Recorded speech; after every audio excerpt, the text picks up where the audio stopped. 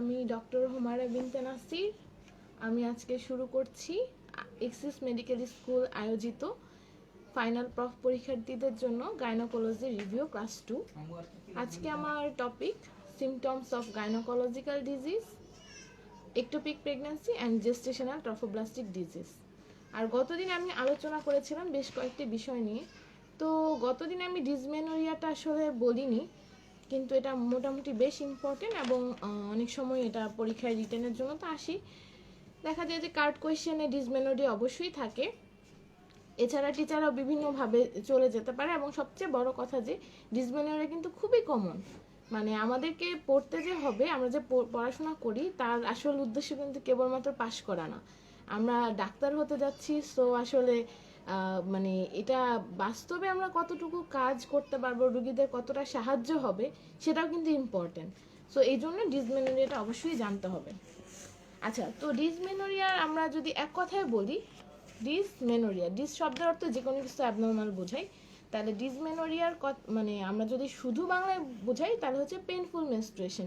তো ডেফিনেশন আসলে তো শুধু এভাবে বললে হবে না, এটাকে একটু সুন্দর করে সাজিয়ে গুছিয়ে বলতে হবে।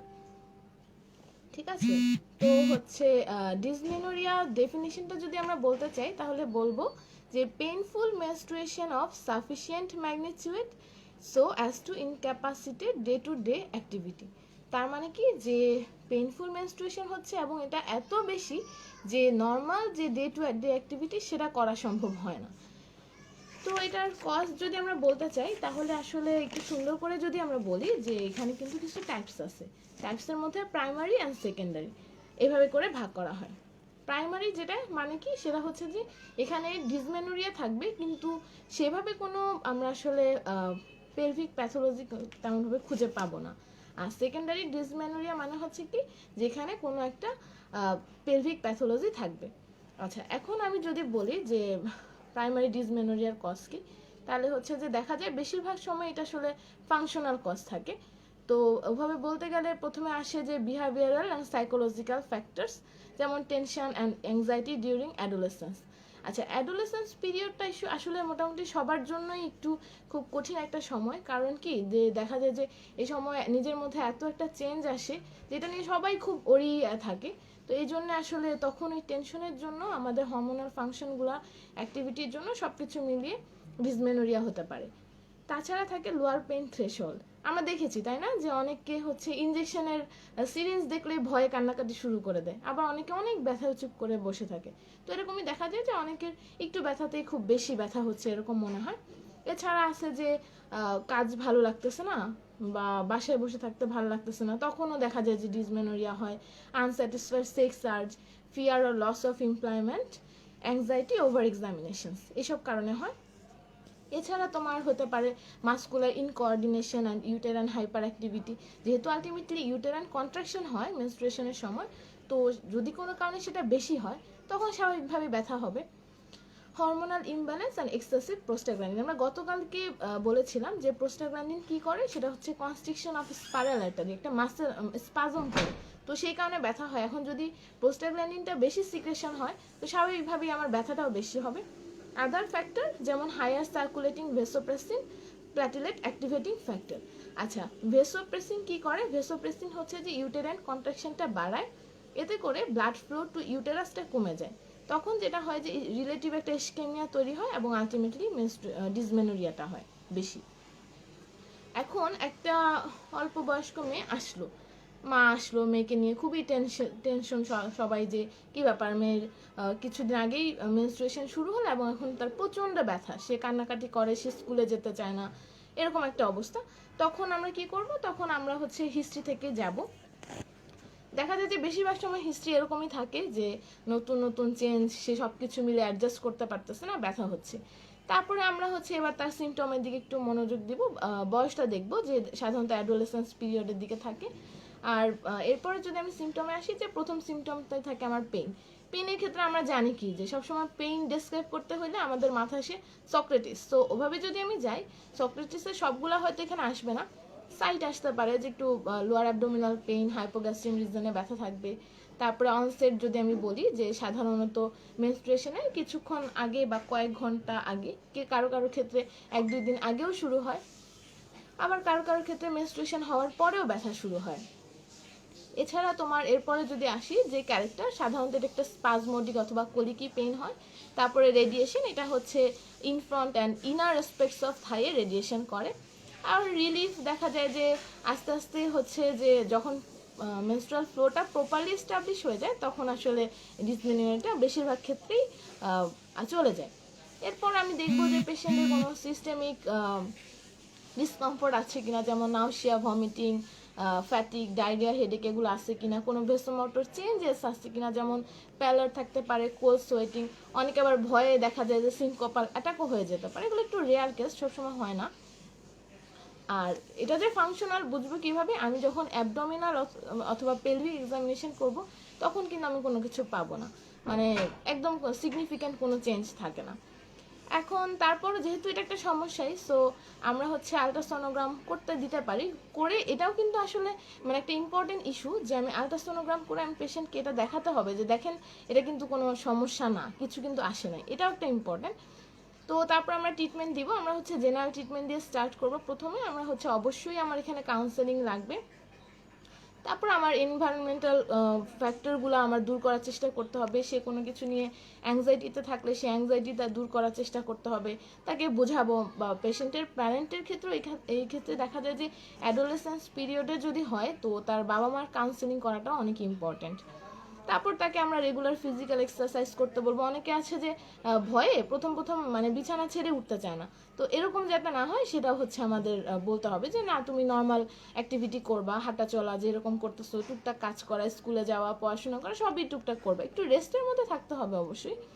আর খুব বেশি ব্যথা হলে তখন আমরা অ্যানালজেসিক দিব, অ্যাসপিরিন, প্যারাসিটামল বা অ্যান্টিস্পাজমোটিক দিতে পারি।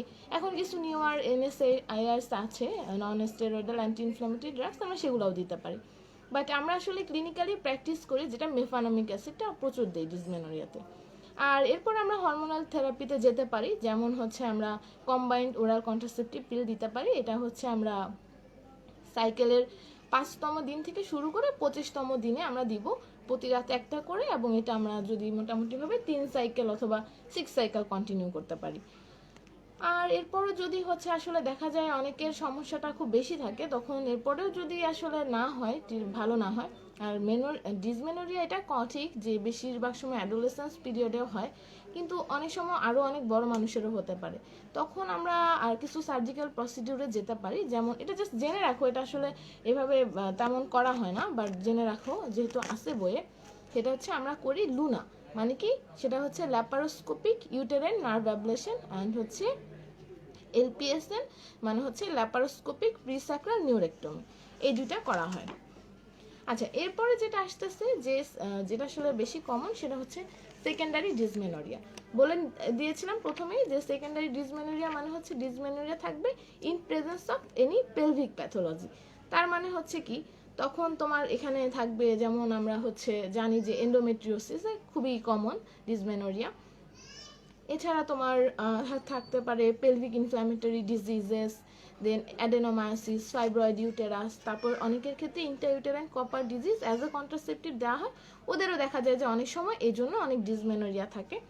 এছাড়া যদি কোনো পেলভিক কনজেশন থাকে, ব্রড লিগামেন্ট ভ্যারিকোসেল, এগুলো বইয়ে আসছে সেজন্য দিতে পারো, যে কটা মনে থাকে আর কি, ইম্পর্টেন্ট কয়েকটা দিয়ে আর যে কটা মনে রাখতে পারো সেই কটা লিখবে। মানে রিটেনের ক্ষেত্রে তো আসলে তোমার পয়েন্টস কত বেশি হচ্ছে সেটাও একটা ইম্পর্টেন্ট জিনিস, সেই জন্য আর কি। আচ্ছা, তো ডিসমেনোরিয়া থেকে মোটামুটি এইটুকু জানলেই হবে। তোমার সিনারিও দিয়ে কোয়েশ্চেন আসতেই পারে যে পেশেন্ট একটা 16 ইয়ার গার্ল কমপ্লেন করতেছে যে ওর মেনস্ট্রুয়েশনের সময় পেইন হচ্ছে, তো তখন তুমি এটা কিভাবে ম্যানেজ করবা, তখন তুমি ওইভাবে ডায়াগনোসিস লিখবা যে প্রাইমারি ডিসমেনোরিয়া দিয়ে ম্যানেজমেন্টটা যেভাবে বললাম সেভাবে দিলেই সুন্দর মতো আসলে হয়ে যায়। আচ্ছা, এরপরে যে টপিকটা আমার আসতেছে সেটা হচ্ছে অ্যামেনোরিয়া। অ্যামেনোরিয়া মানে কি, যে অ্যাবসেন্স অফ মেনস্ট্রুয়েশন, মানে নাম শুনেই বোঝা যাইতেছে যে কি হবে এটার অ্যান্সারটা, তো ওইভাবে লিখলেই হয়। তো এখানেও আবার কিছু টাইপস আছে, দুটা টাইপস আছে, একটা হচ্ছে প্রাইমারি অ্যামেনোরিয়া, একটা হচ্ছে সেকেন্ডারি অ্যামেনোরিয়া। আচ্ছা, প্রাইমারি অ্যামেনোরিয়া মানে কি, সেটা হচ্ছে যে absence of menstruation by 16 years of age in presence of secondary sexual characteristics, or by 14 years of age when secondary sexual characteristics have not been developed। মানে হচ্ছে যে একটা মেয়ের মেনস্ট্রুয়েশন হচ্ছে না, তার বয়স 16 বছর, কিন্তু তার সেকেন্ডারি যে সেক্সুয়াল ক্যারেক্টারিস্টিক সেগুলো ডেভেলপ করে গেছে। অথবা একটা মেয়ের বয়স যার 14 বছর, তার মেনস্ট্রুয়েশন হচ্ছে না, কিন্তু তার যে সেকেন্ডারি সেক্সুয়াল ক্যারেক্টারিস্টিক্স অন্যগুলা সেগুলোও কিন্তু ডেভেলপ করে না। আচ্ছা, এখন এগুলোর কারণ কি হইতে পারে?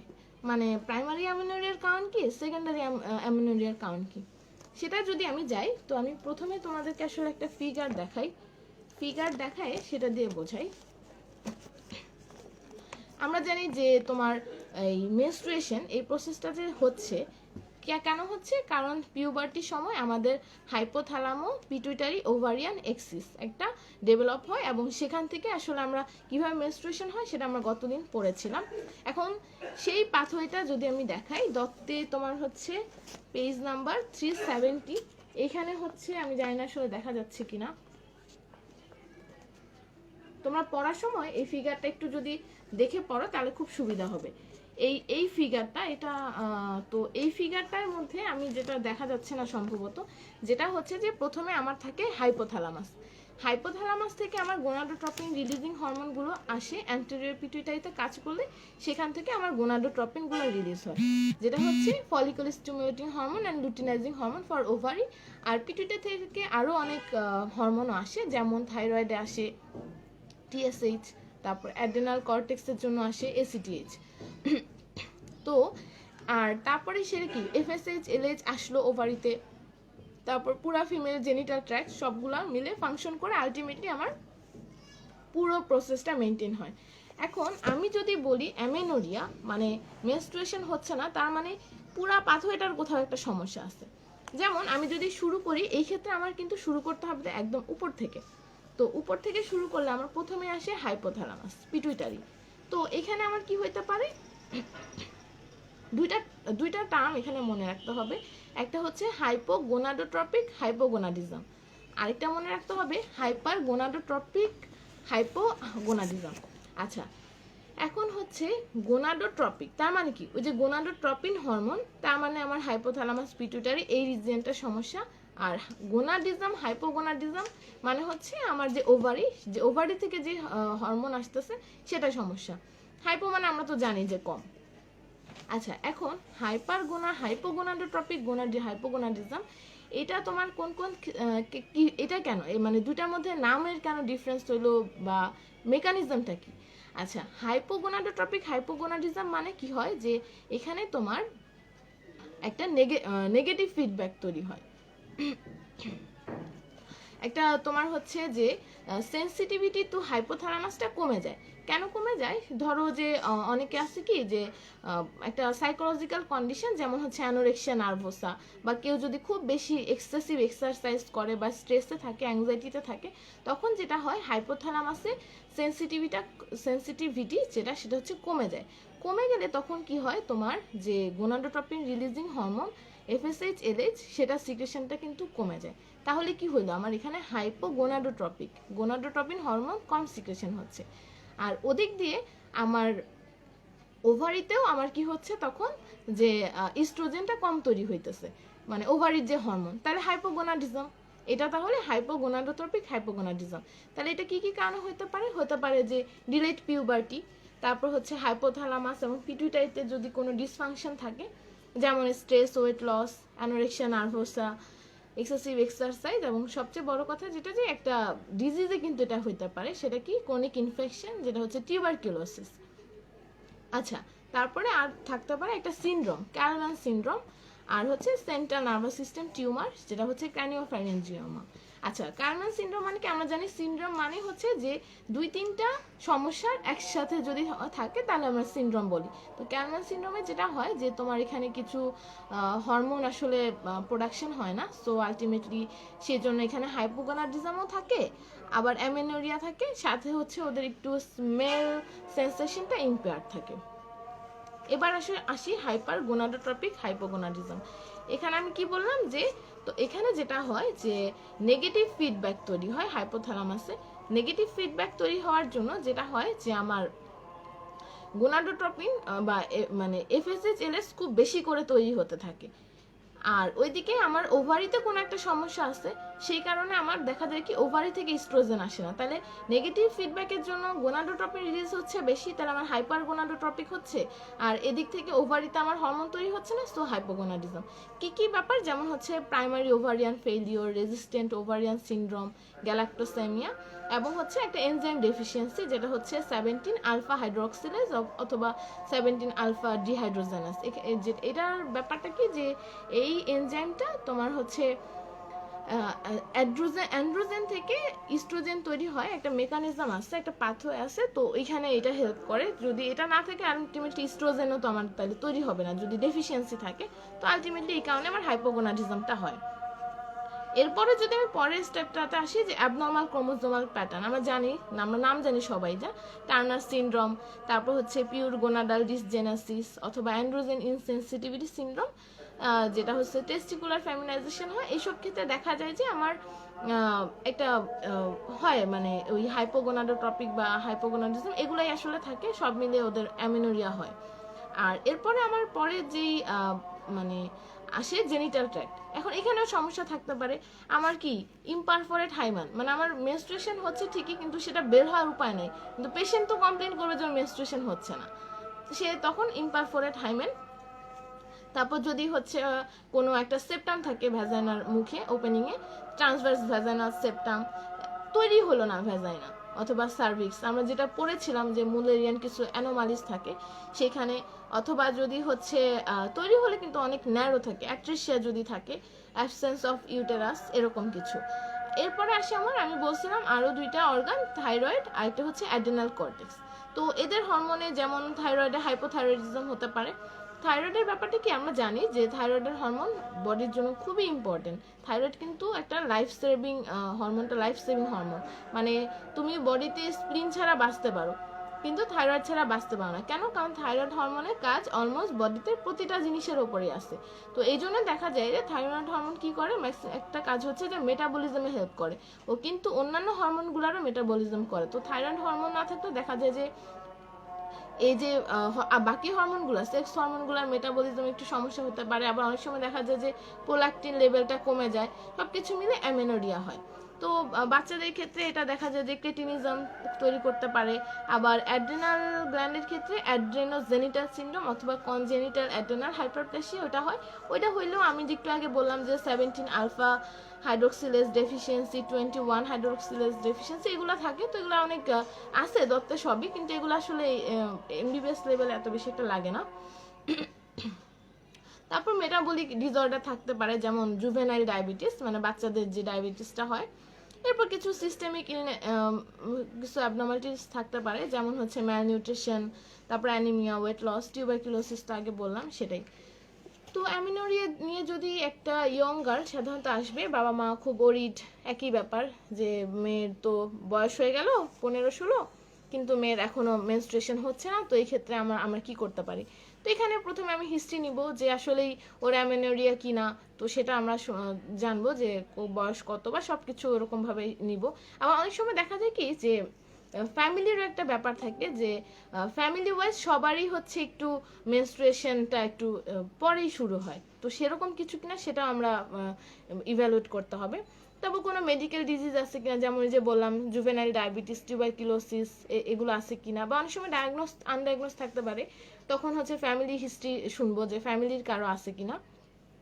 তারপরে আমরা বললাম যে ক্রেটিনিজম বা অন্য এই সমস্যাগুলো আছে, তখন আমরা শুনবো যে ওইগুলার রিলেটেড চিন্তা করে ওগুলার ফিচার্স কোনো কিছু আছে কিনা, যে হঠাৎ করে ওয়েট লস গেইন হচ্ছে কিনা, হিট ইনটলারেন্স আছে কিনা, এগুলো আমরা দেখবো। তারপরে আমরা যেটা করব যে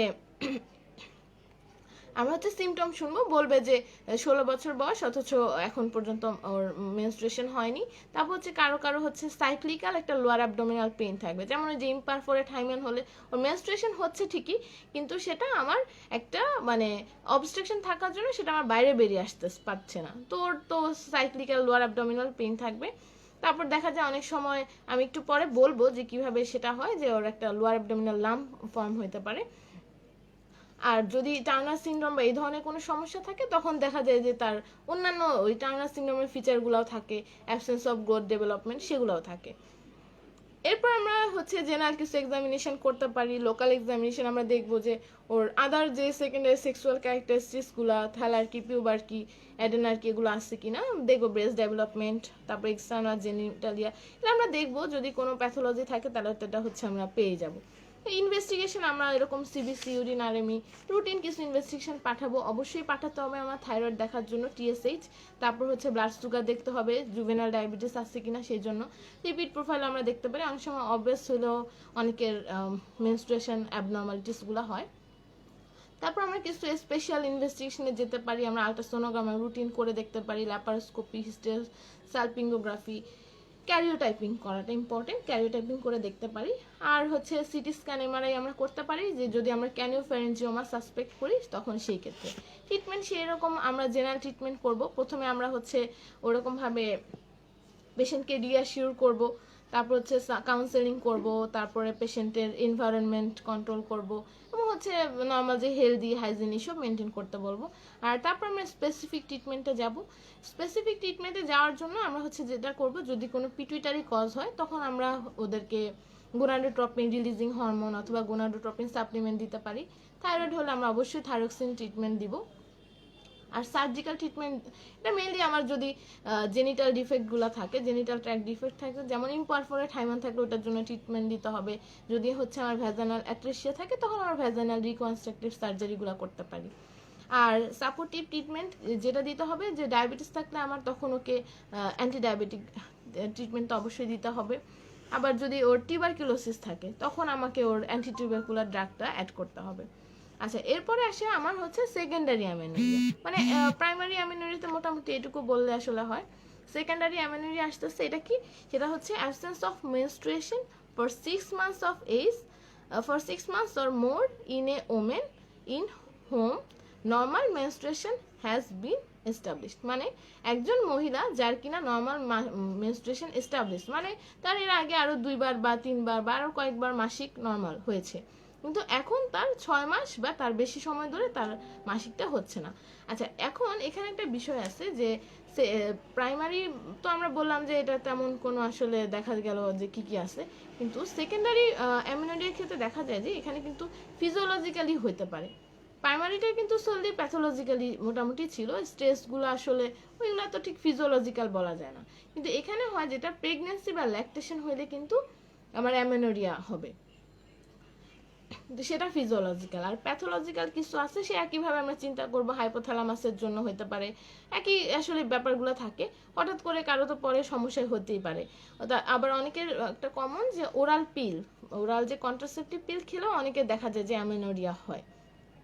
তারপর ইনজেক্টেবল কন্ট্রাসেপটিভ কিছু হচ্ছে অ্যান্টিডিপ্রেসেন্ট, অ্যান্টিসাইকোটিক ড্রাগস আছে, যেমন ফেনোথায়াজিন, রিসারপিন, অ্যান্টিডিপ্রেসেন্ট ড্রাগ, এরা কিন্তু অনেক সময় দেখা যায় অ্যামেনোরিয়া করে।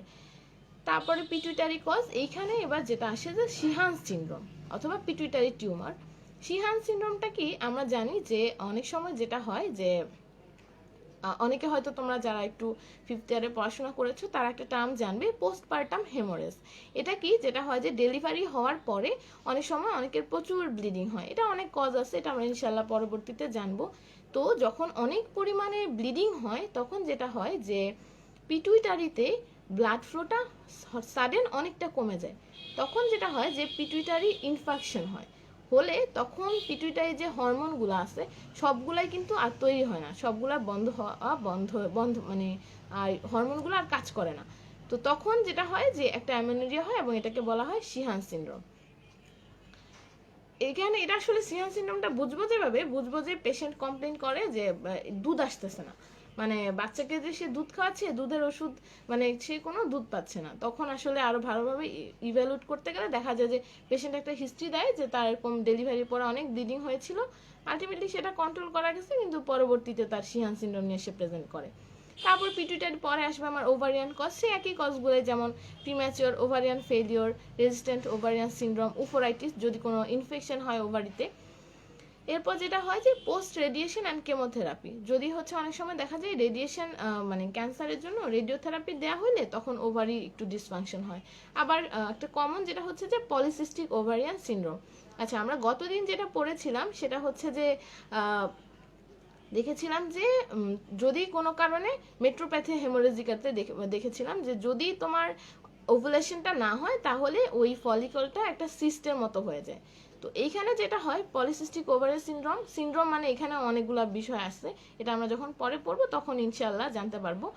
তো এখানেও যেটা হয় যে প্রতি মাসে ওর ওভুলেশন ঠিক মতো হয় না, তো পুরা ওভারি জুড়ে ওর অনেকগুলা সিস্টিক ফলিকলগুলো সব সিস্ট আকারে হচ্ছে তৈরি হতে থাকে, এবং এই সিস্টগুলার কিছু অ্যাবনর্মাল ফাংশন আছে, এরা কি অ্যান্ড্রোজেন রিলিজ করে।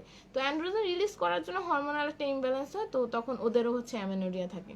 লাস্টলি আসবো আমরা ইউটেরাইন কজ। ইউটেরাইন কজের মধ্যে আমার টিউবারকুলোসিস হতে পারে এন্ডোমেট্রিয়ামে, ওটাকে আমরা বলি টিউবারকুলার এন্ডোমেট্রাইটিস।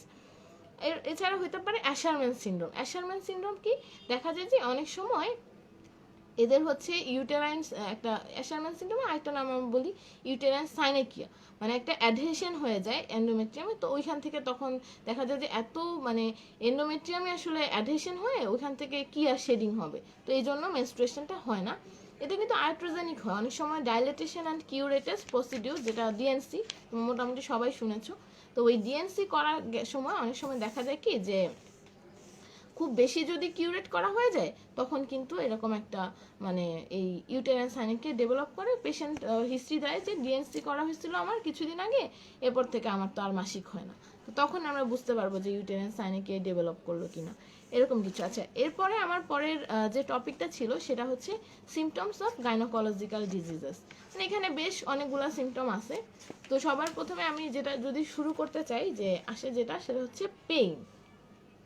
মানে শুধু এটাই না, মানে যে কোনো সমস্যা, যে কোনো সাবজেক্টের সবচেয়ে বড় যে সমস্যা যে পেইন, সবাই পেইন নিয়ে আসে।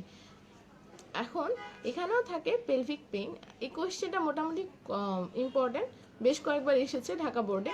সেটা হচ্ছে যে বলে যে write down the causes of lower abdominal pain. আচ্ছা, এখন দেখো কোয়েশ্চেন বুঝে আমাদেরকে সবসময় আনসার করার চেষ্টা করতে হবে।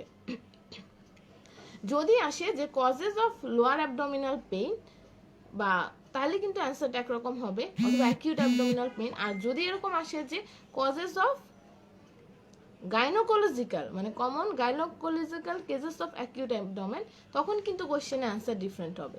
যেমন যদি শুধু acute lower abdominal pain in a female আসে, তখন কিন্তু ভাগ করে বলতে হবে যে গাইনোকোলজিক্যাল অ্যান্ড নন গাইনোকোলজিক্যাল। আর শুধু গাইনোকোলজিক্যাল আসলে তো আর নন গাইনোকোলজিক্যাল লিখার কোনো দরকার নেই।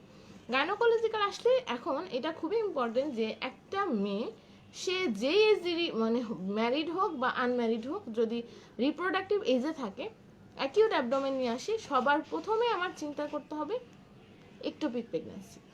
কারণ কি এখন তো মানে পেশেন্ট অনেক বেশি হিস্ট্রি লুকায়, সো ম্যারিড হোক আনম্যারিড হোক তোমার সবার প্রথমে একটোপিক প্রেগন্যান্সি চিন্তা করতে হবে। কেন? কারণ এটা খুব মানে একটা কারণ আছে, সেটা হচ্ছে একটোপিক প্রেগন্যান্সি কিন্তু একটা emergency. Patient any time tube rupture হয়ে মারা যেতে পারে। তো তুমি যদি ওটা প্রথমেই ভেবে না রাখো, তুমি অন্য কিছু ভেবে রাখো, পরে যদি দেখো যে আলটিমেটলি পেশেন্ট রাপচার হয়ে শকে চলে গেছে, ওটা কিন্তু আসলে একটা মানে মেডিকেল ক্রাইম বলা যায়। তো এই জন্য তোমার সবার প্রথমে একটোপিকটাই চিন্তা করবে, তারপর আস্তে আস্তে অন্যগুলোর দিকে তুমি চিন্তা করবা, অন্যদিকে মানে এক্সক্লুড করতে থাকবে আর কি। তো প্রথমেই তুমি চিন্তা করবে একটোপিক আছে কিনা, তারপরে অ্যাকিউট পেলভিক ইনফ্ল্যামেটরি ডিজিজ, তারপরে হচ্ছে চকলেট সিস্ট থাকে অনেক সময় এন্ডোমেট্রিওসিস থেকে, সেটা রাপচার হয়ে যেতে পারে। তারপর ওভারিয়ান টিউমার বা ওভারিয়ান সিস্ট, সেগুলো টর্শন হইতে পারে। তারপর হচ্ছে দেখা যায় যে অনেক সময় ইন্ট্রাসিস্টিক হেমোরেজ থাকে। এগুলো সব কিছু মিলে আলটিমেটলি তোমার একটা সমস্যা হয়, অ্যাকিউট অ্যাবডোমেন নিয়ে আসে পেশেন্ট। আর নন গাইনোকোলজিক্যালের মধ্যে এটা সার্জারি বা মেডিসিন, সেগুলোতে সেই একই থাকে। অ্যাকিউট অ্যাপেন্ডিসাইটিস, ইউটিআই, সেখানেও কিন্তু একটা পেলভিক মানে সুপ্রাপিউবিক বা লোয়ার অ্যাবডোমিনাল পেইন থাকে, ইন্টেস্টাইনাল অবস্ট্রাকশন, এগুলো যদি থাকে আর কি। আচ্ছা, তারপরে হচ্ছে যদি এরকম পেশেন্ট আসে, একটা কোয়েশ্চেন সিনারিও দিতে পারে যে পেশেন্ট হচ্ছে এরকম অ্যাকিউট অ্যাবডোমিনাল পেইন নিয়ে আসলো, তো এখন তুমি হচ্ছে তাহলে কীভাবে ম্যানেজ করবা। তুমি একইভাবে পেশেন্টের হিস্ট্রি থেকে নিয়ে যাবা, তারপর আস্তে আস্তে যেভাবে হচ্ছে ম্যানেজমেন্টের দিকে আমরা যাই সেরকম। যদি হচ্ছে কোনো আমরা এভাবে লিখতে পারি, আমি যেটা এইসব সিনারিও বেসড কোয়েশ্চেন আসলে এভাবে লিখতে পারবা যে আই হ্যাভ সাম ডিফারেন্সিয়াল দিয়ে তুমি হচ্ছে কয়েকটা পয়েন্ট লিখবা তারপর জাস্ট ওইভাবেই ওই পয়েন্টসগুলো অনুযায়ী তুমি কিছু সিমটমস আনবা আর কিছু এক্সক্লুশন করবা, ওইভাবে করে করে আলটিমেটলি যেটা আসবে প্রতিটার সাথে একটু একটু করে ছোট করে ট্রিটমেন্ট দিয়ে দিতে পারো। যদি ওইভাবে কোনো স্পেসিফিক কিছু না আসে, যে মানে স্পেসিফিক জাস্ট বললো অ্যাকিউট অ্যাবডোমিনাল পেইনের ম্যানেজমেন্ট, সেই ক্ষেত্রে তুমি এভাবে লিখতে পারো। আচ্ছা, তারপরে আরেকটা যে ইম্পর্টেন্ট একটা গাইনোকোলজিক্যাল সিমটমস, যেটা আসলে মানে ক্লিনিক্যালিও খুব বেশি কমনলি পাওয়া যায়, সেটা হচ্ছে কি যে ভ্যাজাইনাল ডিসচার্জ। আচ্ছা, এটা যদি আসে যে common causes of vaginal discharge, very common. এখানে যেটা হয় যে তুমি সুন্দর একটু ভাগ ভাগ করে লিখবা। তো এখানে প্রথমে দিতে হবে কি নন ইনফেক্টিভ কজ, যেটাকে আসলে নন ইনফেক্টিভ ভ্যাজাইনাল ডিসচার্জকে আমরা মোটামুটিভাবে লিউকোরিয়া বলে থাকি, বা সাদা স্রাব বাংলা যেটা বলে। এছাড়া তোমার আসতেছে infective cause, atrophic foreign body, তারপর কেমিক্যাল এক্সক্রিশনস, নিওপ্লাস্টিক, মানে ইরিটেশন হয়, তখন ভ্যাজাইনাল ডিসচার্জটা বেড়ে যায়। তো লিউকোরিয়ার কজ, এখন কোয়েশ্চেনটা দেখো এভাবে আসতে পারে যে common causes of abnormal vaginal discharge, তখন কিন্তু এভাবে লিখতে হবে। আবার আসতে পারে কমন কজেস অফ লিউকোরিয়া, তখন কিন্তু শুধুমাত্র নন ইনফেক্টিভের পয়েন্টগুলো লিখতে হবে, পুরোটা না লিখলেও হবে। টাইম এবং তো কোয়েশ্চেন, তারপর হচ্ছে মার্কস, সব কিছু দেখে কিন্তু আমার হচ্ছে রিটেনে অ্যান্সার করতে হবে। তো নন ইনফেক্টিভের মধ্যে যেটা আসে যে ফিজিওলজিক্যাল কজ, যেমন হচ্ছে ডিউরিং পিউবার্টি, প্রেগনেন্সি, তারপর হচ্ছে মেনস্ট্রুয়েশনের সময় বা ডিউরিং সেক্সুয়াল এক্সাইটমেন্ট তোমার হচ্ছে ভ্যাজাইনাল ডিসচার্জটা হয়। তারপর সার্ভাইকাল কজ, যেমন সার্ভাইকাল একটোপি, ক্রনিক সার্ভিকাসাইটিস, মিউকাস পলিপ, তারপর যদি কোনো একট্রোপিয়ন থাকে, এগুলোতে অনেক সময় ভ্যাজাইনাল ডিসচার্জ থাকে। ভ্যাজাইনাল কজেস আছে কিছু, যেমন ইউটেরাইন পোলাপস, অ্যাকোয়ার্ড রেট্রোভার্টিড ইউটেরাস, এবং হচ্ছে সবচেয়ে বেশি কমন যেটা, সেটা হচ্ছে কম্বাইন্ড ওরাল কন্ট্রাসেপটিভ পিল। তো এটা খুবই কমন যে দেখা যায় পেশেন্ট ওসিপি খাচ্ছে এবং পেশেন্ট কমপ্লেন করতেছে তার লিউকোরিয়া। আর ইনফেক্টিভের মধ্যে তো স্পেসিফিক যেমন আছে ট্রাইকোমোনাস ভ্যাজাইনাটিস, তারপর ক্যান্ডিডা আলবিকান্স, মনিলিয়াসিস, এরকম। আর সার্ভিসাইটিস ইটসেলফ তো আছে, ব্যাকটেরিয়াল ভ্যাজাইনোসিস। অ্যাট্রোফিক যেমন নন স্পেসিফিক বা হচ্ছে পোস্টমেনোপোজাল কোনো ফরেন বডি, যেমন অনেক সময় ইউটেরাইন প্রোলাপসের জন্য পেসারি ইউজ করা হয়, তখন হচ্ছে অনেক দিন যদি থাকে, ইউজুয়ালি পেসারি 3 মাস পর পরে চেঞ্জ করার হচ্ছে নিয়ম, কিন্তু যদি কেউ ভুলে যায় একটু ওল্ড এজ, তখন দেখা যায় যে এটা তখন হচ্ছে একটা ভ্যাজাইনাল ডিসচার্জ থাকে। তারপর ট্যাম্পুন ইউজ করে অনেকে, তখন হইতে পারে। কেমিক্যাল যেমন অনেকে ল্যাটেক্স কন্ডোমস, ডিওডোরেন্টস এগুলো ইউজ করে, তখনও ভ্যাজাইনাল ডিসচার্জ থাকতে পারে। আর নিউপ্লাস্টিক তো তোমার ফাইব্রয়েড পলিপ বা যে কোনো genital malignancy, cervical carcinoma, endometrial carcinoma, এগুলোর ক্ষেত্রে এরকম ভ্যাজাইনাল ডিসচার্জ থাকে। আর ম্যানেজমেন্ট যদি আসে, ম্যানেজমেন্টটা ভাইবার জন্য ইম্পর্টেন্ট হইতেই পারে। কজ জিজ্ঞেস করলে ম্যাডামরা একটু ফুট করে ঢুকে যেতেই পারে যে তাহলে ম্যানেজ করবা কীভাবে পেশেন্টকে। তখন আমি হচ্ছে প্রথমে হিস্ট্রি নিতে হবে, পেশেন্টের সিমটম জানতে হবে, যে আপনার তো বললেন যে আপনার ডিসচার্জ আসে, তো সেখানে ডিউরেশন আছে কতদিন ধরে এরকম হচ্ছে, সাথে কোনো ইচিংয়ের হিস্ট্রি আছে কিনা, পেশাবে জ্বালা পোড়া করে কিনা, ইন্টারকোর্সের সময় কোনো ব্যথা হয় কিনা, তারপর কোনো পেটে ব্যথা আছে কিনা। এছাড়া আমার কন্ট্রাসেপটিভ হিস্ট্রি নিতে হবে, আমার ওরাল পিল সে খায় কিনা সেই হিস্ট্রি নিতে হবে। তারপর হচ্ছে তার এবং তার পার্টনারের সেক্সুয়াল বিহেভিয়ারটা জানতে হবে অবশ্যই, যে শুধু তার না, তার হাজব্যান্ড কি করতেছে এটাও জানা ইম্পর্টেন্ট। আচ্ছা, তারপর আমরা ফিজিক্যাল এক্সামিনেশন রুটিন যেভাবে করি, একটা জেনারেল এক্সামিনেশন করব, পেলভিক এক্সামিনেশনে কোনো টেন্ডারনেস আছে কিনা, কোনো লাম্প আছে কিনা, সেগুলো আমরা দেখব। ভালভাল ইন্সপেকশন আমরা দেখতে পারি, তবে বায়োম্যানুয়াল করে দেখব। আর ইনভেস্টিগেশনের জন্য আমরা যেটা হচ্ছে যে পেলভিক ডিসচার্জের জন্য আমরা মাইক্রোস্কোপিক এক্সামিনেশন পাঠাবো, সেটা ওয়েট ফিল্ম করব আমরা ট্রাইকোমোনাস ভ্যাজাইনালিসের জন্য, সেখানে আমরা ক্লু সেল পেতে পারি। আর পটাশিয়াম হাইড্রোক্সাইড টেস্ট করব ফাঙ্গাসের জন্য। এছাড়া আমরা গ্রাম স্টেনের জন্য পাঠাতে পারি, প্যাপ স্মিয়ার, ইউরিন, যেহেতু ডিসইউরিয়া, ইউটিআইও হতে পারে। ইউটিআইয়ের জন্য অনেক সময় দেখা যায় যে পেলভিক একটা মানে ভ্যাজাইনাল ডিসচার্জ থাকে, তো আমরা ইউরিন, আরএমই, সিএস সেগুলো পাঠাবো।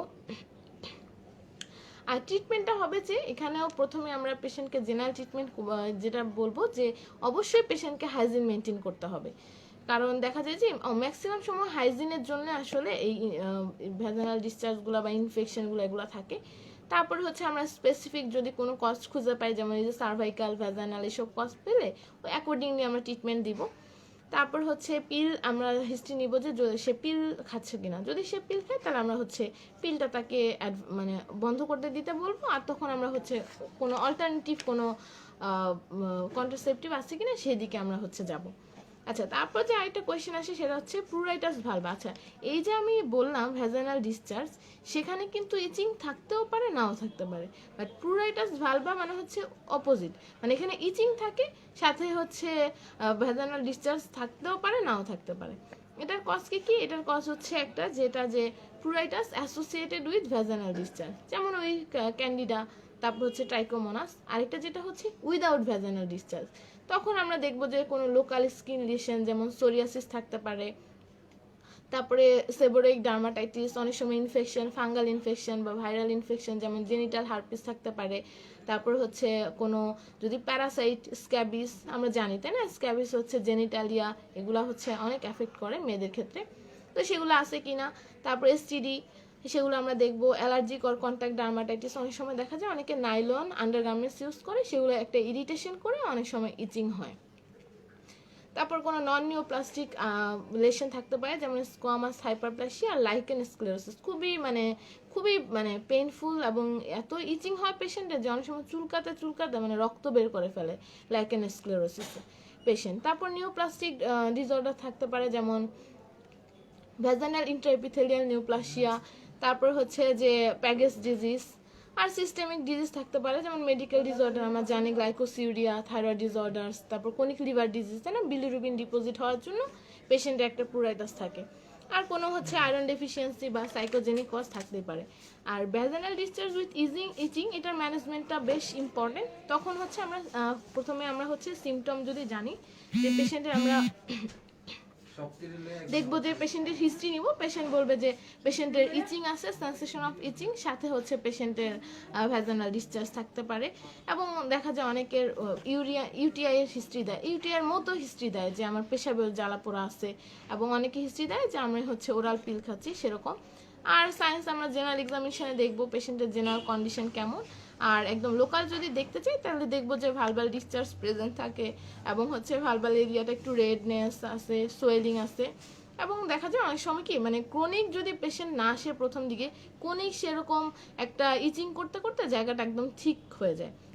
ইনভেস্টিগেশন তো আমরা যেরকম আগে পাঠিয়েছিলাম মাইক্রোস্কোপিক এক্সামিনেশন সেরকম পাঠাবো।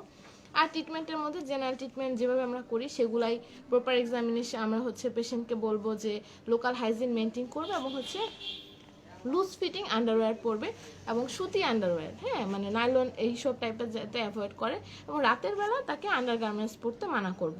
এগুলার ফিজিক্যাল এক্সারসাইজ, তারপরে তার অ্যানিমিয়া থাকলে সেটা কারেকশন করবে, ভিটামিন ডেফিসিয়েন্সির জন্য যেহেতু হয় সেটা হচ্ছে সে অ্যাভয়েড করবে। আর স্পেসিফিক যেমন ইনফেক্টিভ যদি থাকে সেগুলো ট্রিটমেন্ট, তো ইনফেক্টিভ আমি হচ্ছে পরবর্তীতে যখন ইনফেকশন পড়াবো এসটিডি পিআইডি, তখন আমি হচ্ছে ট্রাইকোমোনাস এইগুলো ট্রিটমেন্টটা বলবো, এখন আর আসলে বলছি না। এগুলো নিয়ে কিন্তু বেশ অনেকগুলো কোয়েশ্চেন আছে, সিনারিও বেস কোয়েশ্চেন, তখনই আমি এটা আলোচনা করতে চাই। আচ্ছা, একটা জিনিস আমি মিস করেছিলাম যেটা হচ্ছে যে ক্রিপ্টোমেনোরিয়া, এটা খুবই ইম্পর্টেন্ট। সেটা হচ্ছে যে ইমপারফোরেট হাইমেন, মানে দেখা যায় যে মানে প্রাইমারি অ্যামোনিরি অবশ্যই। এখানে হচ্ছে মা আসে যে আমার মেয়ের কোন দিন মেনস্ট্রুয়েশন হয়নি, তখন আমরা কারণ খুঁজতে গেলে, আমরা একটু এক্সামিনেশন করতে গেলেই দেখে যে ইমপারফোরেট হাইমেন। তো এটা ট্রিটমেন্ট কি? ট্রিটমেন্ট হচ্ছে মানে সিমটম সেরকমই বলে যে অ্যামেনোরিয়া আছে, সাইক্লিক্যাল লোয়ার অ্যাবডোমিনাল পেইন, এবং অনেক সময় হচ্ছে পেটটা একটু ফুলে যায়।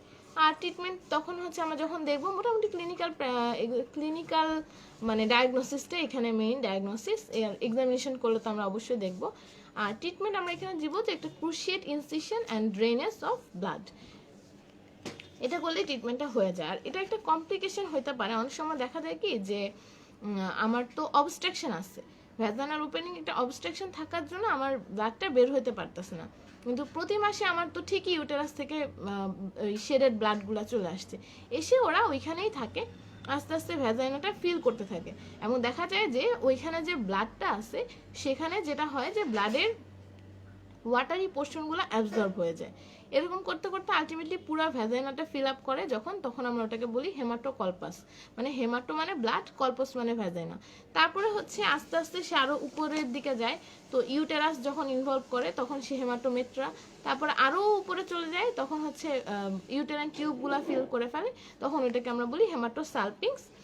এবং আলটিমেটলি দেখা যায় যে ব্লাডগুলো শেষ পর্যন্ত অনেক সময় পেরিটোনিয়াল ক্যাভিটিতেও চলে যেতে পারে, এবং তখন কিন্তু পেলভিক এন্ডোমেট্রিওসিসের একটা চান্স থেকে যেতে পারে।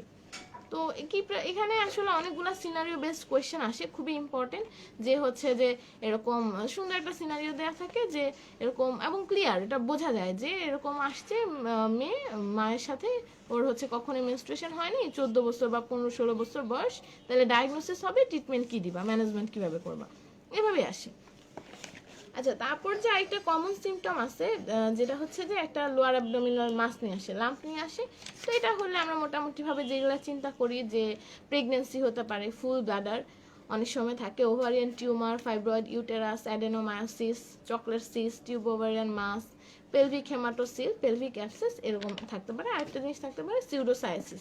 আমরা জানি যে অনেক সময় কি হয় যে পেশেন্ট মনে করে সে প্রেগনেন্ট, আসলে কিন্তু সে প্রেগনেন্ট না তখন, এবং ইভেন তার পেটটাও ফুলতে থাকে, এটাই সিউডোসায়াসিস। আচ্ছা, ব্লিডিং অন আর্লি প্রেগনেন্সি, এটা একটা কমন গাইনোকোলজিক্যাল ডিজিজ, যেটা হচ্ছে কি কারণে আমরা হচ্ছে এরকম আর্লি প্রেগনেন্সিতে ব্লিডিং পেতে পারি। একটা হচ্ছে তোমার যদি অ্যাবর্শন হতে পারে, একটোপিক প্রেগন্যান্সি হতে পারে, এবং মোলার প্রেগন্যান্সি হতে পারে। আজকে আমরা কথা বলবো একটোপিক প্রেগন্যান্সি আর মোলার প্রেগন্যান্সি নিয়ে। আজকে আমাদের টপিক এই দুটো আছে, অ্যাবর্শন ইনশাআল্লাহ আমরা পরের দিন পড়ব।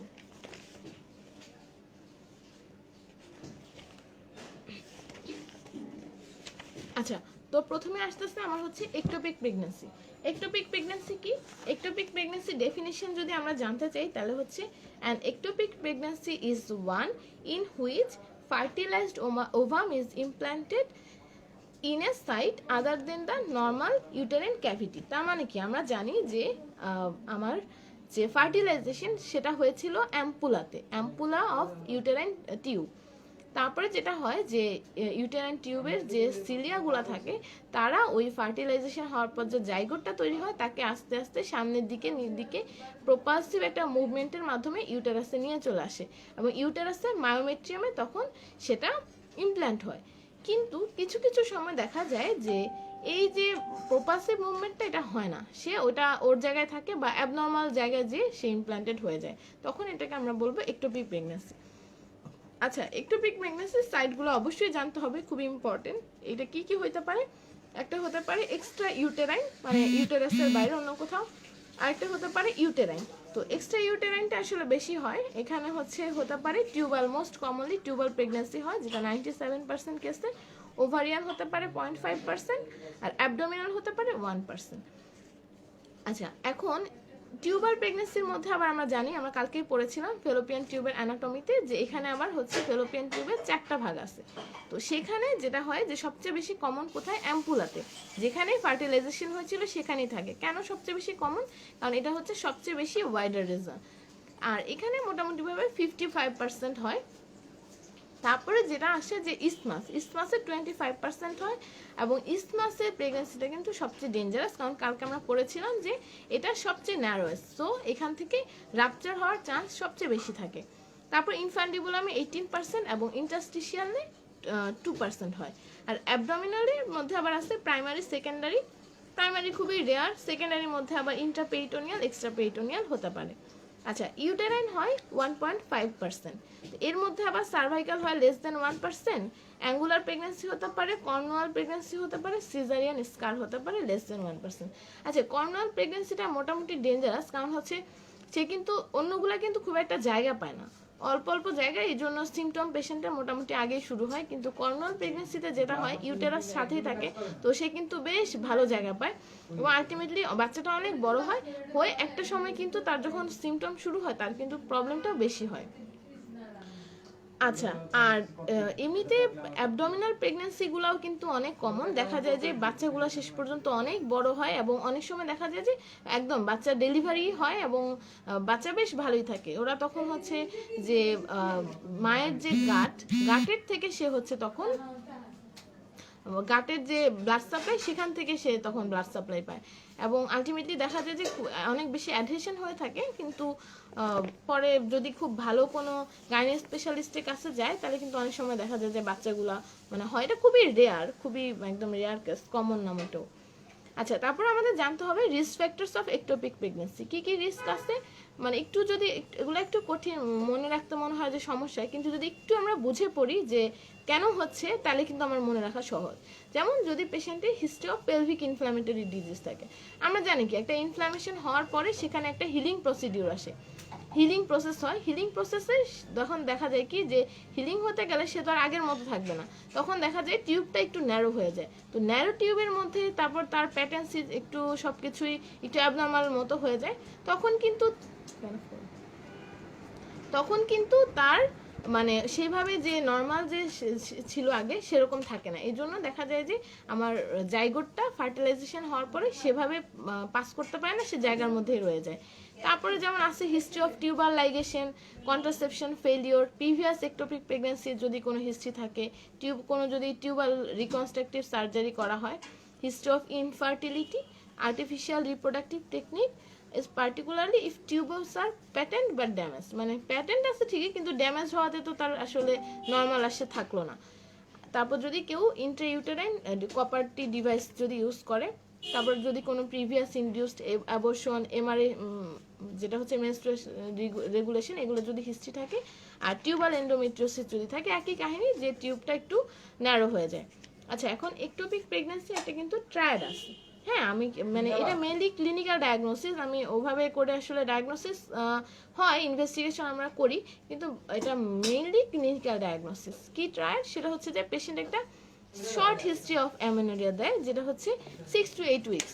তারপরে যেটা হয়, তার হঠাৎ করে একদিন অ্যাবডোমিনাল পেইন শুরু হয় এবং তার আলটিমেটলি একটু পরে ব্লিডিং শুরু হয়ে যায়।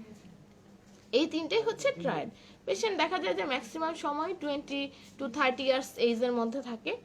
এবং তারপর আমরা হচ্ছে যে যদি পেশেন্টের অনেক বেশি ব্লিডিং হয় তাহলে পেশেন্টের শকের ফিচারগুলো আমরা পাবো, যে সিনকপাল অ্যাটাক থাকবে, ফেইন্ট হয়ে যাচ্ছে, তারপর হচ্ছে যে পেশেন্ট অনেক বেশি সোয়েটিং করতেছে, ভেসোমোটর সিমটমগুলো আমরা পেতে পারি। আর জেনারেল আমরা যদি সায়েন্স দেখি, জেনারেল লুকের মধ্যে পেশেন্টকে দেখবো অ্যাংশাস, তারপর হচ্ছে পেল থাকতে পারে, ফিচার্স অফ শক পাবো, পাস র্যাপিড, থ্রেডি, তারপর হাইপোটেনশন থাকবে, এক্সট্রিমিটিস কোল্ড ক্রাইমি। অ্যাবডোমিনাল এক্সামিনেশন আমরা পাবো যে টেন্স টামি, টেন্ডার, কোনো ওভাবে কোনো মাস পাওয়া যায় না। পেলভিক এক্সামিনেশন আসলে তেমন কোনো সায়েন্স সেভাবে থাকে না। আচ্ছা, আর তারপর আমরা হচ্ছে ইনভেস্টিগেশন করতে পারি, যেটা হচ্ছে আমরা সেরাম বিটা এসসিজি করব। সেরাম বিটা এসসিজিতে আমাদের যেটা হয় যে এখানে হয়তো প্রেগন্যান্সি টেস্ট পজিটিভ থাকে, কিন্তু যেটা বিষয় যে আমরা যেভাবে ডিস্টিংগুইশ করতে পারি দুটার মধ্যে, সেটা কি যে সেরাম বিটা এসসিজি এখানে কিন্তু নর্মাল প্রেগন্যান্সিতে যে বিটা এসসিজি আসে তার থেকে অনেক কম আসে। আর আরেকটা যেটা যে নর্মাল প্রেগন্যান্সিতে যেটা হয় সেরাম বিটা এসসিজি আজকে যত আছে 2 দিন পরে মানে 48 আওয়ার্স পরে তার ডবল হয়, এটাকে বলে doubling time of serum beta hCG. এটা কিন্তু একটোপিক প্রেগন্যান্সিতে অ্যাবসেন্ট থাকে। সো এরকম রিপিটেড করলে তখন হচ্ছে এই জিনিসটা বোঝা যায়। আর আমরা সোনোগ্রাফি করতে পারি, যেমন ট্রান্সভাজানাল সোনোগ্রাফি করতে পারি, তখন আমরা কিছু ইউটেরাইন ফাইন্ডিং পাই, সেটা হচ্ছে কি এমটি ইউটেরাস, মানে ইউটেরাসে কিছু নাই, এটা তো টিউবাল প্রেগন্যান্সি বেশিরভাগ ক্ষেত্রে, তো ইউটেরাসে কিছু থাকে না।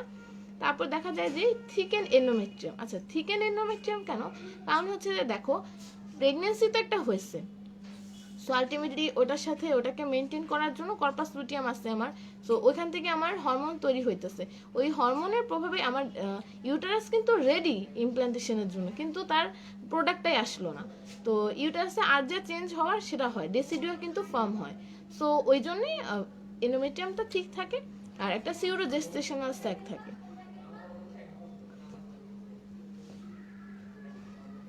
আচ্ছা, তারপর হচ্ছে এক্সট্রা ইউটেরাইন কিছু ফাইন্ডিং, যেমন আমরা হচ্ছে দেখতে পাই যে লাইভ টিউবাল প্রেগন্যান্সি থাকতে পারে, অ্যাডনেক্সিয়াল রিং সাইন থাকতে পারে, কমপ্লিট অ্যাডনেক্সিয়াল মাস, এবং অনেক সময় দেখা যায় যে পাউচ অফ ডগলাসে ফ্রি ফ্লুইড থাকতে পারে। আর আমরা যদি ডপলার স্টাডি করি, কালার ডপলার স্টাডি করলে দেখা যায় যে অনেক সময় সেখানে কি থাকে, যে রিং অফ ফায়ার্স একটা প্যাটার্ন থাকে অ্যারাউন্ড দ্য ওই একটোপিক প্রেগন্যান্সির, ওখানে একটা রিং অফ ফায়ার প্যাটার্নে একটা সাইন পাওয়া যায়। এছাড়া আমরা ল্যাপারোস্কোপি করতে পারি। ল্যাপারোস্কোপি কিন্তু একদম কনফার্মেটরি, মানে একদম কমপ্লিটলি দেখা যায়, এবং সাথে আমরা ওখানে তখন থেরাপিউটিক কাজও করে ফেলতে পারি, তো এটা সবচেয়ে বেস্ট।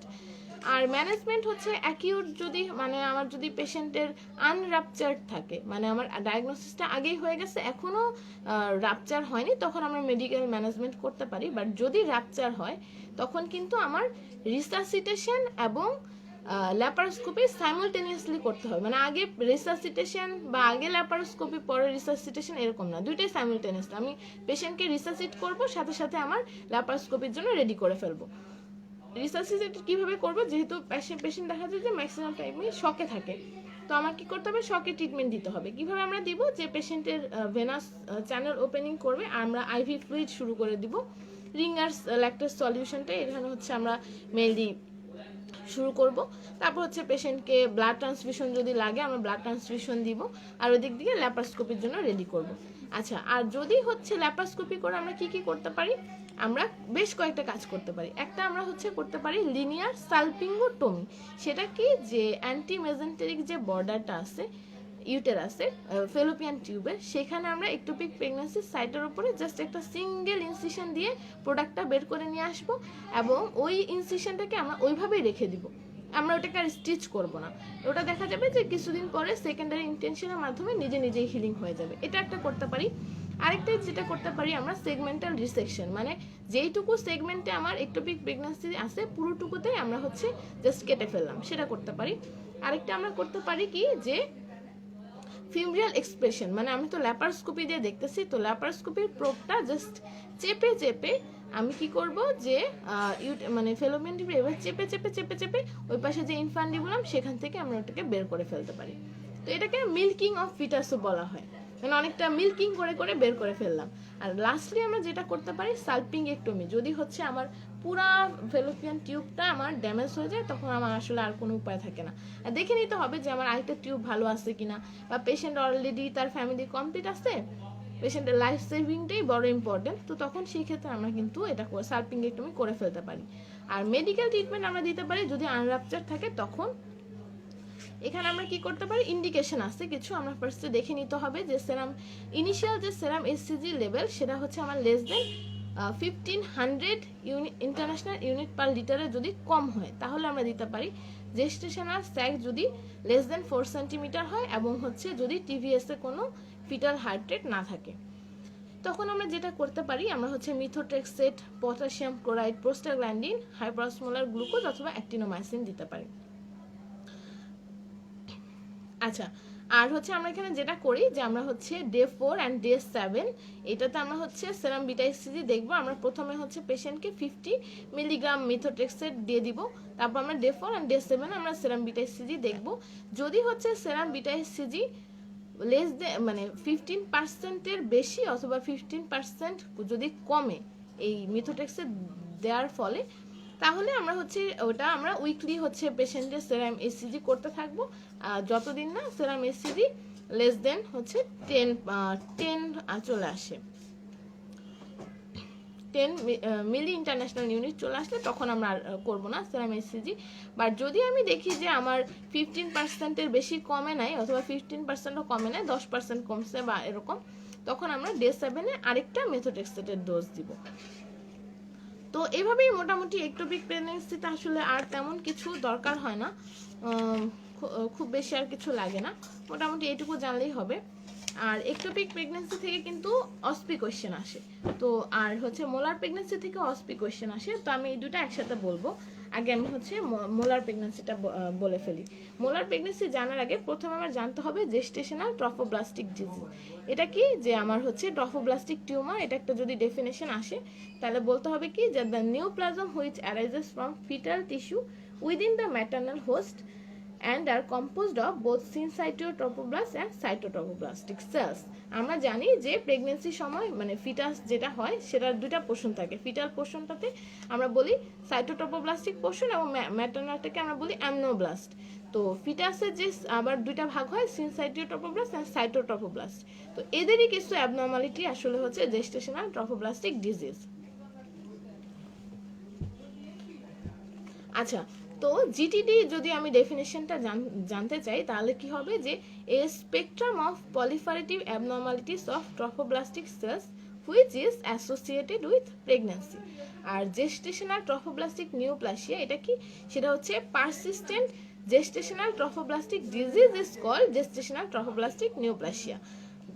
যদি এটা ক্লাসিফিকেশন আমরা জানতে চাই তাহলে কি হবে, hydatidiform mole, invasive mole, placental site trophoblastic tumour and invasive মানে কোরিওকার্সিনোমা। আচ্ছা, আর যদি এখন আসি যে মেইন যে আমার হাইডেটিফর্ম মোল, সেটা কি? সেটা হচ্ছে abnormal proliferation of trophoblast with hydropic changes of chorionic villi which is associated with pregnancy. আচ্ছা, তার মানে কি যে আমার যে ট্রফোব্লাস্ট যেটা নর্মাল থাকে, সেটা কি নর্মালি একটা ফিটাসে যেভাবে ডেভেলপ করে সেখানে কিন্তু এই পলিফারেশনটা নর্মাল হয় না, হঠাৎ করে অ্যাবনর্মাল একটা পলিফারেশন হওয়া শুরু করে। এবং যে ভিলাইগুলো আছে আমরা জানি প্রাইমারি ভিলাই আছে, সেকেন্ডারি ভিলাই আছে এবং পরে টার্সিয়ারি ভিলাই হয়। এদের মধ্যে পানি ঢুকে মানে একটা হাইড্রোপিক চেঞ্জ হয়, মানে এরা যতটা হওয়ার কথা এরা খুব বেশি আকারে ফুলে যায়, মোটা হয়ে যায়। তো আলটিমেটলি নর্মাল আর প্রেগনেন্সিটা থাকে না। এটা নাম কেন হাইডেটিফর্ম মোল? কারণ এটা আমরা জানি যে লিভারে হাইড্রেটেড সিস্ট হয়, তো এটা দেখতে অনেকটা সেরকম দেখে এটার নাম হচ্ছে হাইডেটিফর্ম মোল। হাইডেটিফর্মের মোলের মধ্যে আবার আছে যে পার্শিয়াল মোল আছে, কমপ্লিট মোল আছে। পার্শিয়াল মোল মানে কি? এখানে হচ্ছে নর্মাল ভিলাইয়ের মধ্যে কয়েকটা ভিলাইয়ে হাইড্রোপিক চেঞ্জটা হয় এবং দেখা যায় এইটাতে কি হয় অনেক সময় ফিটাস তো থাকে, মানে দত্তে খুব সুন্দর একটা ছবি দেওয়া আছে যে একটা ফিটাস আর সাথে হচ্ছে কিছু এরকম গ্রেপ লাইক স্ট্রাকচারস। আর কমপ্লিট মোল মানে কি? এখানে পুরোটাই হচ্ছে তোমার মানে একদম যতগুলা ভিলাই আছে সবগুলোর মধ্যে হাইড্রোপিক চেঞ্জ হয় এবং এটা দেখা যায় যে ম্যাক্সিমাম টাইমে এখানে এটা প্যাটার্নাল অরিজিন হয়, ম্যাটার্নাল কোনো অরিজিন এখানে থাকে না। আর পার্শিয়াল মোলটা কিন্তু খুবই রেয়ার এবং এটাতে ইউজুয়ালি ক্রোমোজোমাল অ্যাবনর্মালিটি থাকে অ্যাসোসিয়েটেড ট্রিপ্লয়েডি। আর মোলার প্রেগন্যান্সি থেকে এরপরে যেটা আসে যে এটার ক্লিনিক্যাল প্রেজেন্টেশন বা ম্যানেজমেন্ট আসে, এরকম যেটাই আসে সেটা শুরু তো করতে হবে। গাইনি অপসে আমরা জানি যে রিটেন ম্যানেজমেন্ট বললে ম্যাডামরা একদম সব কিছুই চায়, সেটা রিটেন বা ভাইবার সময় একদম পেশেন্টের হিস্ট্রি, তারপর সিমটম, সাইন্স, ইনভেস্টিগেশন, ট্রিটমেন্ট এভাবে বলতে হয়। তো এখানে প্রথমে পেশেন্ট প্রোফাইল দেখা যায় যে ইউজুয়ালি পেশেন্টের টিন এজ থাকে বা ইলডারলি পেশেন্ট উইথ হাইপ্যারিটি, এরকম একটা পেশেন্ট প্রোফাইল থাকে। ক্লিনিক্যাল ফিচার্সের মধ্যে এখানে পেশেন্ট কমপ্লেন করবে একটা শর্ট পিরিয়ড অফ অ্যামেনোরিয়া, তারপর হচ্ছে যে তার কি হয় যে সিমটমস অফ আর্লি প্রেগনেন্সিগুলো অনেক বেশি এক্সাজারেটেড থাকে, যেমন তার ভমিটিং, খুব বেশি ভমিটিং, মর্নিং সিকনেস তার অনেক বেশি, এরকম কমপ্লেন থাকে। তারপর পেশেন্টের ভ্যাজানাল ব্লিডিং থাকে এবং অ্যাবডোমিনাল পেইন থাকে। সবচেয়ে বেশি যেটা সমস্যা থাকে পেশেন্ট বলে যে তার পারভ্যাজাইনাল একটা কিছু গ্রেপ লাইক স্ট্রাকচার তার এক্সপালশন হচ্ছে।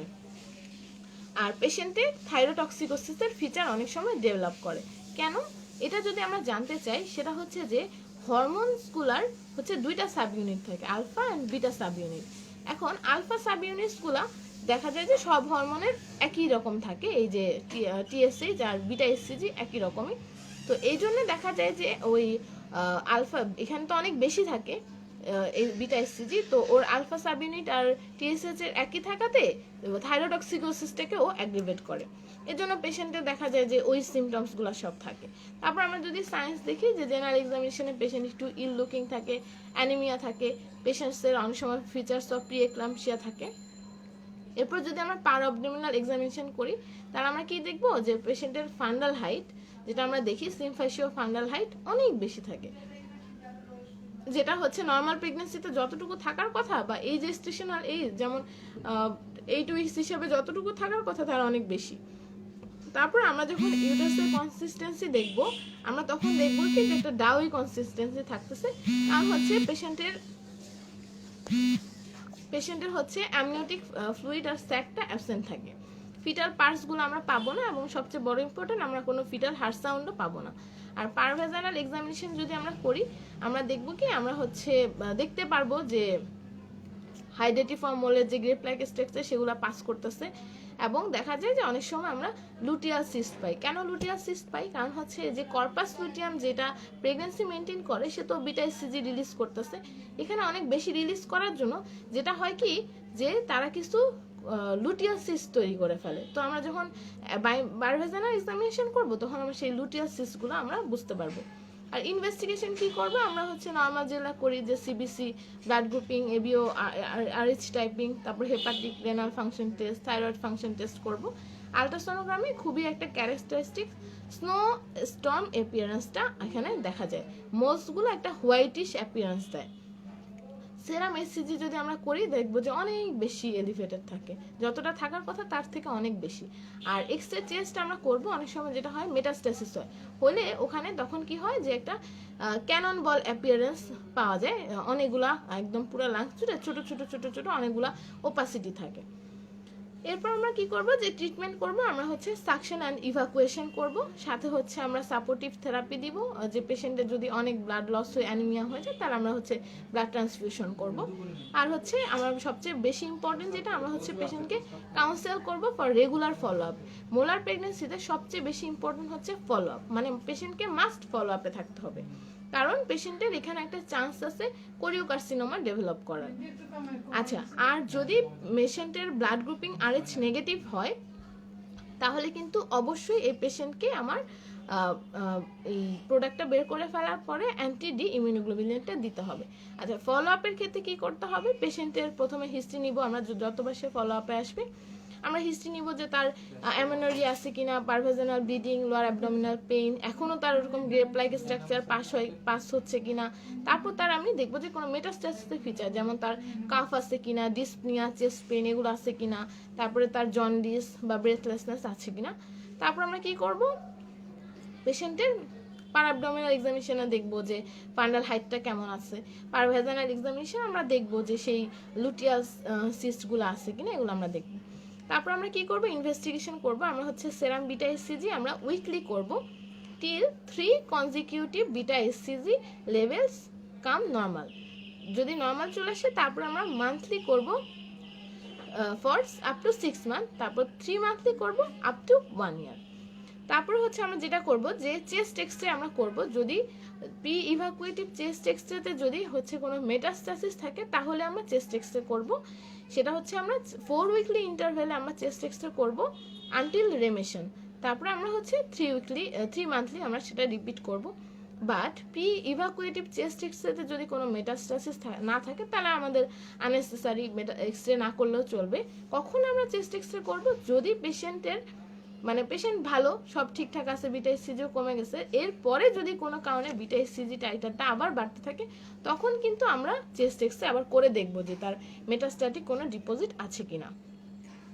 আর হচ্ছে পেশেন্টকে আমরা অ্যাডভাইস করব যে পেশেন্ট যেন 1 ইয়ার ফলো আপে অবশ্যই আসে, এবং এই সময়টাতে যে সে যেন কোনো প্রেগনেন্সি না নেয়, এবং হচ্ছে তার কিছু অবশ্যই তাকে কন্ট্রাসেপটিভ মেথড ফলো করতে হবে। কি কন্ট্রাসেপটিভ মেথড ফলো করা যায়, আমরা তাকে ওরাল কন্ট্রাসেপটিভ পিল ইউজ করতে বলবো অথবা ব্যারিয়ার মেথড ইউজ করতে বলবো। আমরা কিন্তু এখানে প্রোজেস্টেরন ওয়ানলি পিল অথবা আইইউসিডি ইউজ করতে তাকে নিষেধ করব। কেন, কারণ হচ্ছে আইইউসিডি আর প্রোজেস্টেরন ওয়ানলি পিল এগুলা কিন্তু তোমার একটা অ্যাবনর্মাল বা ইরেগুলার ব্লিডিং করে, তো তখন কিন্তু আমি কনফিউজ হয়ে যাব, আমি বুঝবো না আর কেন আমার এই 1 বছর আসলে আমি তাকে প্রেগনেন্সি অ্যাভয়েড করতে বলবো। কারণ হচ্ছে কি, প্রেগনেন্সির সময় তো অ্যামেনোরিয়া থাকবে, আবার এই মোলারের একটা কনসিকোয়েন্স হচ্ছে অ্যামেনোরিয়া, তাহলে আমি তো আসলে বুঝতে পারবো না যে তার কি সেই সমস্যাটাই কন্টিনিউ করতেছে, সে কি কোরিওকার্সিনোমার দিকে চলে যাচ্ছে নাকি তার প্রেগনেন্সি, এটা বুঝতে পারবো না, এই জন্য আমি পেশেন্টকে অ্যাভয়েড করবো প্রেগনেন্সির জন্য। আচ্ছা, আর এখানে কিন্তু আমার হচ্ছে কেমোথেরাপি দেওয়া যায়, মিথোট্রেক্সেট দেওয়া যায়। মিথোট্রেক্সেট আমি কখন দিব, যদি হচ্ছে পোস্ট ইভাকুয়েশনের 4 উইকস পরে, ইভাকুয়েশনের 4 সপ্তাহ পরে যদি বিটা এসসিজিটা হঠাৎ করে বেড়ে যায়। তারপর হচ্ছে বিটা এসসিজি হচ্ছে কমে যাচ্ছিল কিন্তু হঠাৎ করে বিটা এসসিজি আবার বাড়তে থাকতেছে, এবং হচ্ছে যে ইনভেসিভ মোল আর যদি কোনো মেটাস্টাসিসের ফিচার্স থাকে তখন বিটা এসসিজি কমলো না বাড়লো সেটা আমার দেখার দরকার নেই, আমি পেশেন্টকে কেমোথেরাপি ড্রাগ দিব। কি দিতে পারি, মেথোট্রেক্সেট দিতে পারি। আচ্ছা, মেথোট্রেক্সেট দেওয়ার একটা নিয়ম আছে, মেথোট্রেক্সেট দিলে কিন্তু আমাকে অল্টারনেটিভলি ফলিক অ্যাসিড দিতে হবে, কারণ আমরা জানি মেথোট্রেক্সেট কি করে, যে বোন ম্যারো অ্যাপ্লাসিয়া করে, ওটা কিন্তু আরেকটা বিরাট সমস্যা, তো সেটা প্রিভেন্ট করার জন্য আমরা হচ্ছে একদিন পর পরে মেথোট্রেক্সেট দিব। আর তার অল্টারনেটিভ ডেতে আমরা কি দিব, ফলিক অ্যাসিড, যেমন 7 দিনে, সপ্তাহে 7 দিনের 1, 3, 5, 7 যদি আমি মেথোট্রেক্সেট দিই তাহলে 2, 4, 6 এই সময় আমরা ফলিক অ্যাসিড দিব। এভাবে হচ্ছে ট্রিটমেন্টটা চলবে। আর হচ্ছে কমপ্লিকেশনস কি কি আছে যে মনে রাখতে হবে, যেভাবে আর্লি আর লেট কমপ্লিকেশন। আর্লি কমপ্লিকেশনের মধ্যে হেমোরেজ অ্যান্ড শক হয়ে যেতে পারে, অনেক ব্লিডিং হচ্ছে সেখান থেকে শকে চলে যেতে পারে, ইনফেকশন হতে পারে। তারপর পেশেন্টের পারফোরেশন অফ ইউটেরাস, আমার সাকশন ইভ্যাকুয়েশন করতে যে পারফোরেশন হয়ে যেতে পারে। তারপর হচ্ছে অ্যাকিউট পালমোনারি ইনসাফিসিয়েন্সি, যদি কোনো এমবোলাই চলে যায় লাংসে তখন পালমোনারি ইনসাফিসিয়েন্সি হতে পারে। এবং লেটে যে কমপ্লিকেশনটা হতে পারে কোরিওকার্সিনোমা। আচ্ছা, ভাইবা একটা কোয়েশ্চেন ইম্পর্টেন্ট মোটামুটি, সেটা হচ্ছে যে আমি যে সাকশন ইভ্যাকুয়েশন করতেছি আমি কেন ডিএনসি করছি না, ডাইলেটেশন অ্যান্ড কিউরেটিভ প্রসিডিউরটা কেন যাচ্ছি না? কারণ হচ্ছে আমার অলরেডি অস ডাইলেটেড, কারণ ডাইলেটেড অস থেকেই কিন্তু আমার গ্রেপ লাইক স্ট্রাকচারগুলো পাস করতেছে, আমি আর এটাকে কি ডাইলেট করব? আর কিউরেটেড যেটা, এই মোলার প্রেগনেন্সিতে ইউটেরাস অনেক বেশি সফট অ্যান্ড ফ্রেজাইল থাকে, তো আমি যদি এখানে হচ্ছে কিউরেট করতে চাই এখানে খুব বেশি চান্স থাকে পারফোরেশনের, এই জন্য আমি হচ্ছে এটাকে অ্যাভয়েড করব। তো আর এখান থেকে অনেক বেশি সিনারিও বেসড কোয়েশ্চেন আসে, তো এইটাও খুব সহজেই সিনারিও দেখলে মোটামুটি বোঝা যায়। তারপর কোয়েশ্চেনগুলো তো এতক্ষণ যা বললাম সেটা দেখে মোটামুটি অ্যান্সার করতে পারবা এইভাবে পড়লে ইনশাল্লাহ।